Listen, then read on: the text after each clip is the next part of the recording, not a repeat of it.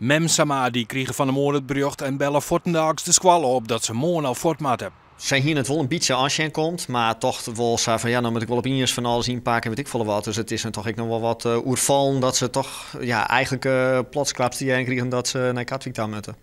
De squallen had bot actie vierd om de familie in Akrum te houden, maar dat had niet uithelpen. Nou ja, het budget natuurlijk nog net hier dat alle acties van niks was binnen, want de procedures die rennen nog wel gewoon terug. Alleen ze mij dat net hier in Akrum aanwachtje, maar moeten dat in Katwijk doen.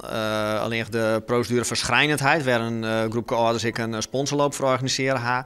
Die gaat ook gewoon terug en er is zelfs op 16 april een aanvraag voor initiëren. En die procedure moet ze dan gewoon hier in Nederland in Katwijk dus aanwachtje. Maar het is dus nog net zo dat dat al nou voorbij is en dat er helemaal geen mogelijkheden meer binnen.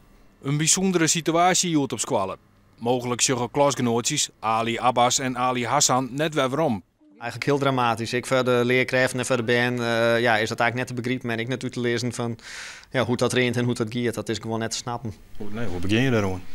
Ja, nou, we gaan natuurlijk al een keer eerder gehad dat we er van uitgaan dat de band voor het laatst beskwallen waren. Dus is er wel in de klas ik hoe praat, terug de juf van mij, de beukers. Dus ze weten wel een beetje wat er speelt natuurlijk. Maar het is natuurlijk heel moeilijk uit te lezen om te zeggen van ja, een band is je voor het laatst en komt heel misschien wel weer waarom. Maar de kans dat dat net zo is ik groot. Dus dat is haast net uit te lezen. Daar kun je wat maken hoe praten, maar dat bloedt toch wat vreemd.